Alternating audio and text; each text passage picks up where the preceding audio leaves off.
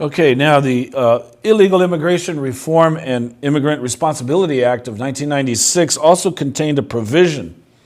It's known as the Section 287G provision. And it addressed the relationship between the federal government and local governments. Now, this Section 287G is a part of the act that permits the U.S. Attorney General to enter into agreements with state and local law enforcement agencies permitting designated officers to perform immigration law enforcement functions pursuant to memorandums of agreement. This is called the 287G agreements, where state and local law enforcement personnel are deputized to enforce immigration matters.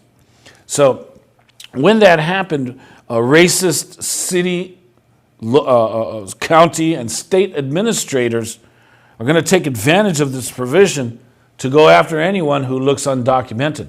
So this opened the floodgates for the racists within the state police mechanism by which to go after undocumented immigrants. So if, what is it? You look illegal, so you get stopped. And so this led to racial profiling, and the racial profiling has been occurring since it became law in 1996. So the racial profiling experience, especially for Mexicans and Chicanos, has been part of the experience. I know for me, I've always been racially profiled, constantly. This Section 287G is very important because it's going to lead to some very racist sheriffs that are going to come out and just spew venom from their mouth against Mexicans. But then to make matters worse, 9/11 occurred, and this stunned Congress is going to pass the Patriot Act without reading it.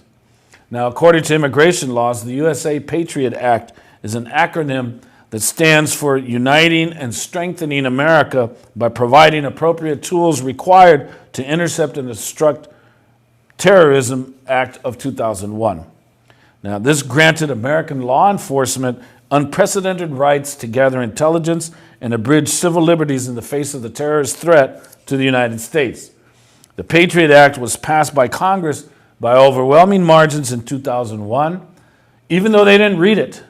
It was renewed in 2006, and they still didn't read it. And once again, it was extended by President Obama in 2011.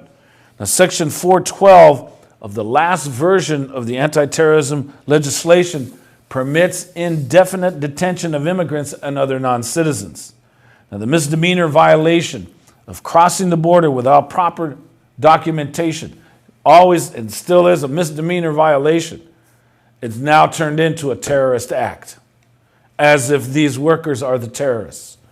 Now, according to the ACLU, Section 412 of the Patriot Act requires that immigrants certified by Attorney General be charged within 7 days with a criminal offense or an immigration violation, which does not have to be on terrorism grounds.